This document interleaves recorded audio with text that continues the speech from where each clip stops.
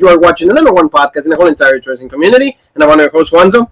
And I'm your other host, Jean-Paul Leek. Together we are Road Break. And welcome to the first AEW Rampage. Like, we're going to go over the results, highlights. We're going to be talking about all this show only an hour. Thank you, AEW. That's something that we got to admit.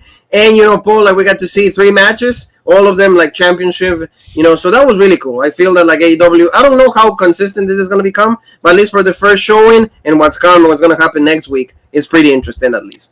Yeah, and the first thing that you said is really the main thing that sold me on the show. It's an hour long because, okay, most wrestling fans, not saying all who watch this show, but most are probably watching SmackDown. Okay, you're already watching 2 hours of wrestling. Are you really going to want to watch 2 more hours of wrestling? No, that's a lot. So some people, okay, even if they only watch the last hour of SmackDown to go into this, it's still 2 hours. If this show would have been 2 hours, it would have been too long. I don't think you would have retained those people, especially to midnight.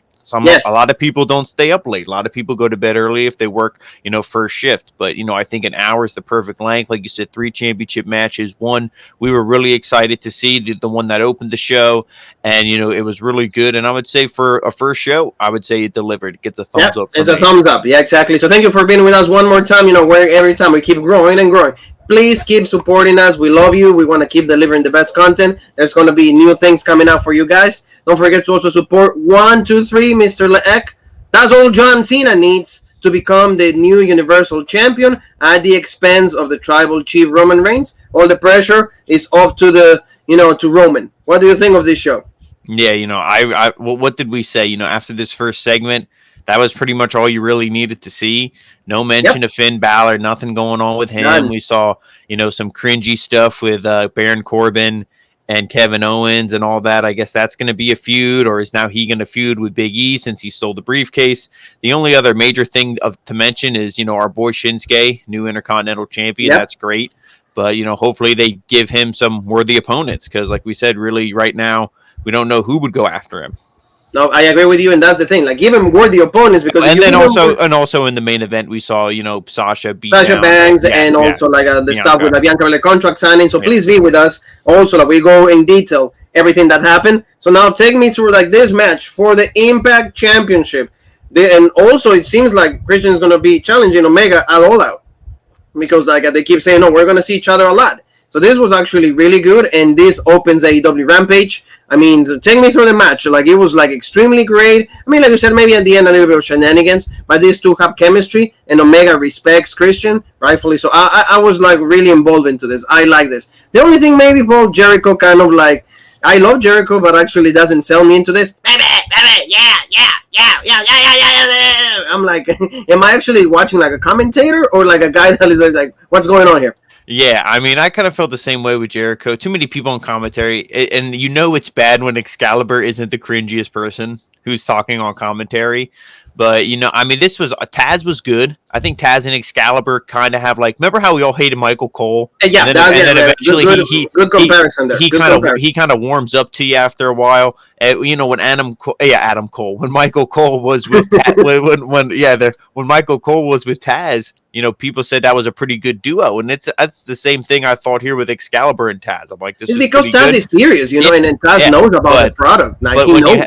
And Mark Henry was okay for a color commentator here and again, say a little bit here and there, but no, I didn't think Jericho was needed at all. I mean, he's the hype guy. People love, like you said, like yourself included, people love Jericho, so that's why they put him on there. But the match I really liked. Christian looked good. They're really putting Christian. The stand-up is to me legit. Right here, I'm sold. Oh yeah. Yeah, and they were even selling on commentary. Like I said, Mark Henry saying, I've known Christian. He's like, I'm sorry. I know I'm not supposed to be biased, but I want him to win. He deserves it, all this stuff. Jericho was putting him over. They're saying this is the best he's looked, in a long time. And, he's wrestled, all the greats and everything. And, is Omega one of the greats? He might be, all this stuff. But this was good. But when eventually Omega couldn't put him away, you knew what was going to happen to shenanigans. And that kind of took it away from me. Because then the Bucks come down with a chair, everybody gets distracted. He goes to hit the one-winged angel on the chair, but then, he counters. He hits the Unprettier or the kill switch on the chair. 1, 2, 3. He quick throws the chair out of the ring. he pins him, and then you see he's the Impact and the TNA World Heavyweight Champion. So this is great, because what do we say? Who is the one guy? Okay, yeah, you think of Sting, you think of Kurt Angle, but Christian's got to be right up there with guys you think of, in the glory days of TNA as their champion. Guys who really carried that brand. Exactly. Christian Cage is one of them, and this is good. And he already has his Impact is already doing the right thing. They already built up their first opponent for him, in Brian Myers. And that would have been Emergence cool. right there. Brian Myers. Don't you think it would have been cool if they would have flew Brian Myers in there as well? Like if he would have been in the audience. Oh yeah, that would have been really cool. Yeah, because the stairs are right there. Yeah. Yeah, it would have been good. But like you said, I love this. And alongside what you just mentioned is like everybody, the first guy that actually jumped ship like that, aside of Ken Shamrock, and those days are true, like a K-Quick, nobody knew who he was. Nobody knew who Ron Killings was, all of that. But it was Christian. Christian was the very first guy that like actually won like on that time the NWA Impact Championship. So like you said, like the prodigal son has brought back what it was like Impacts. And Scott D'Amore was right there. I like this. Everybody was really hyped. Mark Henry like pretending to be like an interviewer. I'm sorry, Mark, but like just go on the other side. Just be the interviewee because like I was like, oh man, yeah, great man. How you feel, man? Okay, can you be a little bit more like informative about this? But in this picture, Paul, why is Orange Cassidy there? There's nothing to do. It's kind of I think there's no task for anybody to do. It's like, hey, bro, are you doing something? No, man, just waiting to clock out. Yeah, he's like, no, I already cleaned the fryer, I already swept the floor. It's legit. Yeah, just hanging out. Yeah, no, I think they put him in there just to be like funny, just to be like, oh, it's Orange Cassidy because it's it's the first Rampage show and he has nothing to do on tonight's show, so here he is. But no, I mean I'm happy for Christian. Like even Mark Henry, he said it again there too. He's like, I know I shouldn't be biased, but I'm happy for you. You deserve it. Christian deserves it. Christian deserves underrated for the. Well, what did we say? He's not going to beat Omega for the AEW World Championship. Exactly. That's the only thing I didn't like is the whole match. They're saying, "Oh, this title's so important, to Impact, to Christian, all this stuff." But it's not the most coveted prize in the game, the AEW. I'm like, why do you got to like put the other? Like you always say, the owners. Well, one of the owners is Cody Rhodes, and we talk about how like Cody Rhodes will never put himself up. Never will do that. Yeah, exactly. Never will say I'm like this. The Miz has a reality TV show. I can do the same. Oh yeah, he has a hot wife. Oh, I can have a hot wife too. And we both talk about our lives. They have to be, but petty like that. We gotta say it how it is. But aside of all of that, Christian Cage being the new Impact TNA champion, excellent. So the next one, Paul, this was like Fuego del Sol against Miro for the TNT championship. Fuego del Sol, it seems like he has one move. And that's like the tornado DDT because he hit like 9 of them. He's like, it seems like you're playing the game and you just like run and then you hit like I think it's the triangle and then done and then you execute and then you keep doing that and then the bar like for the finisher signature keeps getting high and high. But I mean, aside of that, I've been pretty decent showing for Del Sol. We knew that like as soon as Miro wants to like done. Well, yeah, and that was pretty much the story of the match. He kept hitting this high, flying off. Like you said, the tornado DDT. He hit a bunch of times. Eventually, when he was able to get the pinfall attempt, Miro kicks out at 2, and then, like you said, Miro takes over on offense, and it's done. Then he pretty much puts this guy away.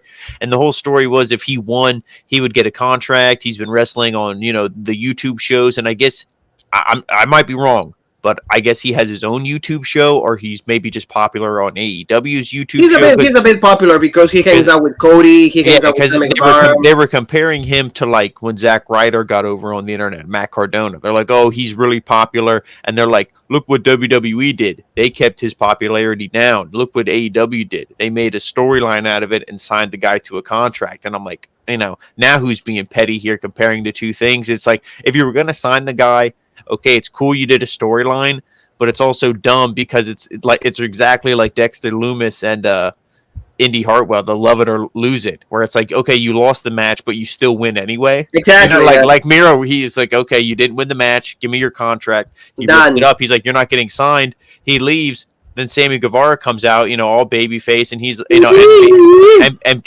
apparently, we're just supposed to know that they're best friends. That's supposed to be common knowledge, apparently. So then they're best friends. Tony Khan comes out, he hands him the contract, everything. He signs it, so he gets signed anyway. So it's like, okay. Yeah, I mean, it was a feel-good moment. It's whatever, the Fuego del Sol, hey, we wish him, like, his friends of Road Break is fine. Hey, Like, good for you. Where's he from though? Like Arkansas or something? Like yeah, he's from Arkansas. And then Jericho. I love when Jericho. Luchador. Where the hell a luchador comes from Arkansas? Like, yeah, that's exactly what I thought too. I'm like, oh, he's gonna be from like New Mexico or Texas or something, something like that. It's like Arkansas. I'm like Booyaka, yeah, but like actually he fought. I was actually doing some research. He fought Eric Rowan. When he was like beating like Hensman Talon when the Rowan had like the cage. He was one of them, but without the mask. When also it was only Del Sol. He wasn't Fuego yet. Okay. Like the Takis, Fuego. Yeah. Jean Paul loves that. Yeah. So like these guys, it seems like they live in the same house. Like upstairs in every single building. Just in the Raptors, and so like they hang out. To me, that's. Darby Allin could be so much greater and so much better just without Sting, but like that, of course, they have to do this, and they then had another tease for like CM Punk. Yeah. So like I don't know, we've said this in the AEW Dynamite show. Like this is just way too cringy for me. It's just like, do they have to show up together? Look at the nails. Look at the nails at Darby. Yeah. I mean Darby, Darby like needs to be actually without Sting to be on his own and become his own character because he's over. He was always over. Oh, okay. No, Darby was more over without Sting than he is with Sting. Yes, exactly. Because it's like, but see, this is what a lot of people I don't think understand is Darby doesn't need Sting. Sting needs Darby. Yes. Because every time they have a match, it's always a tag match. That's what they're having, this week on Dynamite, correct? Is it this week on Dynamite? Yeah, exactly. It's going to be against the 2.0, against the Bugs, against Everrise because they've risen. Like, this is like when you hang out with your dad. And it's like, and then your dad's looking at you and says, like, what the fuck are those nails for? Can you take me to the market? Yeah, Can like you that. eat lunch with me? It's like, like they didn't have enough, like, painting, and, like, the dad got the whole thing, and then Darby got halfway. Yeah, it's like you know what I mean? No. Yeah. But I mean, but the one thing, I am excited for him versus Punk, but I feel the match would be more legit if on the poster it was Darby and Punk, but not like Darby, and then Sting. And a little bit of Sting, exactly. Yeah. You're right, Paul. And then, don't forget that's going to happen next week. The first dance is going to be in Chicago. Already the building sold out. And, CM Punk is going to show up. And they so many teases, best in the world. And it's not Shane O'Mac. For the WWE marks that they don't know 2011 Punk. No, it's not Shane O'Mac. Shane O'Mac is not going to be on AEW TV. But, that's what we're going to get. So tell me a little bit about, like, Pittsburgh's own Britt Baker defending the AEW Women's Championship against Velvet Red or Red Velvet, because I love the Red Velvet cake. That's actually where the name came from. So like, I feel they're welcoming, like the way that the crowd reacted to Britt, absolutely great. I think there were like 70,000 Adam Coles right there. So that was legit. That was legit.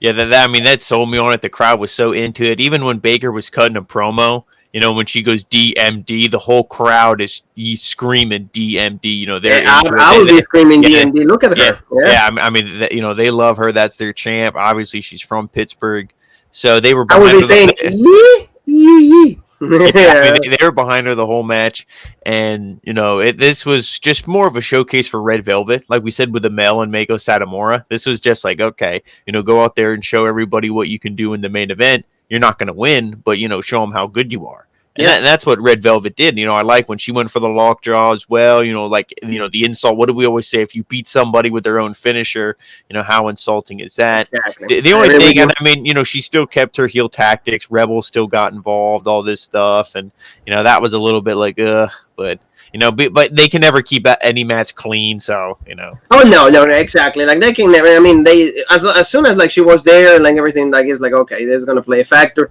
Not too much this time, at least like you said, like the lockjaw, and then she actually countered that and he put one of her own. Done. We think the show was gonna be over, but no, actually, Britt starts like really beating her up. Also, then Chris Statlander tries to make the save for Red Velvet, and then we see who's gonna be probably #1 contender for All Out. It's gonna be Statlander. And yeah, I mean, it's going to be an okay match, but like the one thing that Britt needs is a credible and a legit baby face that she can go against with. Because Statlander, I don't think she's in that level. I don't think no woman in the AEW, I'm sorry, bro, is ready for that. Go ahead. Yeah, that's why it confused me when, because it's like I was saying, no, there's going to be a debut. There's going to be somebody, big on this show. And then Jamie Hayter came out. And yeah, we saw her when they first started. She kind of came in the same time with Penelope, not Penelope Ford, with Blair Davenport. What was she? Bea Priestley at that time. Priestley, Bea Priestley, Blair Davenport right now. Yeah, exactly. Yeah, well, they kind of came in from Japan at the same time. I believe they were tag partners. And then she only wrestled a couple matches and then done. She's back. She's Britt Baker's muscle. I'm like, did you really need to debut her as a heel? Couldn't you have debuted her as like a baby face and she runs through a couple heels and then challenges, but maybe that's not the plan. Maybe the plan is already long term. They know, hey, you're going to run through everybody. Here's your muscle because Reba's done. She's always injured. Everything's always broken. Yep. So here's your muscle. And then, at the end of the day, you're just going to drop the title to Thunder Rosa. Maybe they already know, but, I thought maybe she would get over more as a baby face, but we'll just have to wait and see. Yeah, you said that. I guess they feel that like she needs another muscle, like maybe Tessa Blanchard's in the works. Like you said, Thunder Rosa is right there. That's the main woman. Tessa would have been huge, but I don't know what maybe her dad's like, oh, go milk the other billionaire dry. Yeah, I says not yet. Let's see what they have me do with like FTR. Yeah. No, go right there. Yeah, get some money. It's like Charlotte's gonna come over here. You go over there. All right, legit. That's what we gotta do. So, family, this is what we had to see on AEW Rampage. Thank you so very much. Thank you for subscriptions, messages, everything that you do. We were featured today on the Wrestling with Joners. Like he was saying, we're actually celebrating 200 episodes with them. Hey, thank you to John also because like having us there. Thank you so very much. And don't forget, tonight, live, Paul and myself, we're going to go over Triple Mania 21. Andrade going against Kenny Omega, fighting 2 nights in a row in live matches. So, like, oh, good for Kenny Omega. A lot of people put him down. A lot of people say all the crazy shit. But, hey, he's a fighting champ also. So, he's going to go for, like, the Mega Campeonato. So, we're going to see what happens. Also, Diana Perazzo fighting against the AAA champion for, like, the Reina of Reinas. So, it's going to be really cool. So, be with us for that. More discussion. Yes. We're going to be talking about also, like, resurgence for, like, New Japan a little bit. Just going to have all of us just talking about wrestling. So, Paul, where can they find us? And then, guys, make sure you follow us on social media, World Rope Break on Facebook, OG Rope Break on Twitter, Original Rope Break on Instagram, Twitch, and TikTok, and, of course, right here on YouTube, the home of the #1 podcast in the YouTube wrestling community, the Original Rope Break. So you and me have one more thing that is left to say, and that is...